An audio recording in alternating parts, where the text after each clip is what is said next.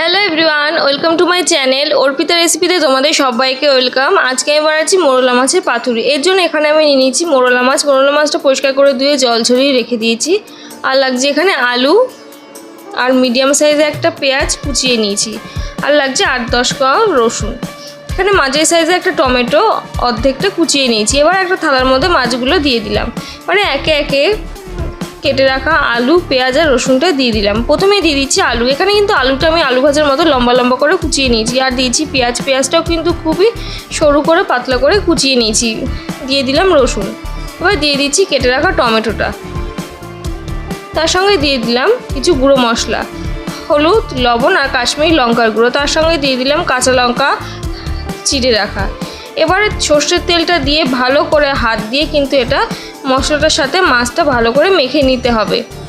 খুব ভালো করে মেখে নেওয়া হয়ে গেলে এটা 10 মিনিটের জন্য ঢাকা দিয়ে রেখে দিলাম। আর এদিকে আমি নিয়ে নিয়েছি কলাপাতাটা পরিষ্কার করে ধুয়ে জল শুকিয়ে রেখে দিয়েছিলাম। এবারে পাতাগুলোর মধ্যে আমি এভাবে সর্ষের তেল ব্রাশ করে দিচ্ছি।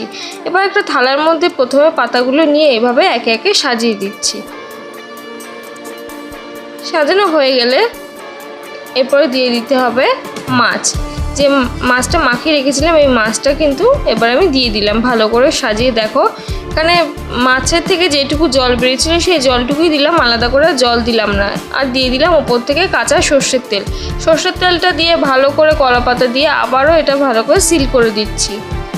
আর এই কাজটা কিন্তু একটু সাবধানে করে নিতে হবে যাতে কিনা রান্না করার সময় মাছটা কোনোভাবে বেরিয়ে না যায়।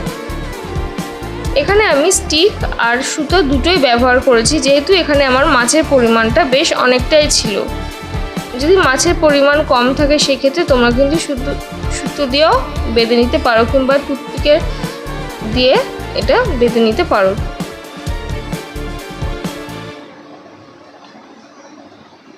দেখো বন্ধুরা, এইভাবে এটা বেঁধে নিচ্ছি। এই কাজটা একটু দুজন মিলে করলেই খুব ভালো হয়,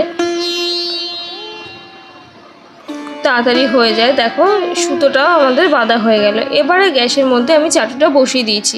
চাটুটা গরম হয়ে আসলে দিয়ে দিলাম সর্ষের তেল ব্রাশ করে। এখানে তেলের পরিমাণটা আমি কিন্তু খুব একটা বেশি দিইনি, তোমরা চাইলে আরেকটু পরিমাণে তেল দিয়ে মাছটা তো পাতুরিটা বানিয়ে নিতে পারো। এবার ঢাকা দিয়ে 10 মিনিটের জন্য রেখে দিতে হবে। এবারে এইভাবে এপিট ওপিট করে মাছটা রান্না করে নিতে হবে। প্রত্যেক পিঠের জন্য এখানে আমি 10 মিনিট করে সময় নিয়েছি। দেখো এইভাবে থালা দিয়ে কিন্তু এভাবে খুবই সাবধানের সাহায্যে এটা বার করে নিতে হবে। আর এই হচ্ছে একদম তৈরি মোরলা মাছের পাতুরি। এই রান্নাটা করতে আমার কিন্তু 15 থেকে 20 মিনিট সময় লেগেছে। আর এই রেসিপিটা কিন্তু গরম ভাতের সাথে খুবই অসাধারণ লাগে।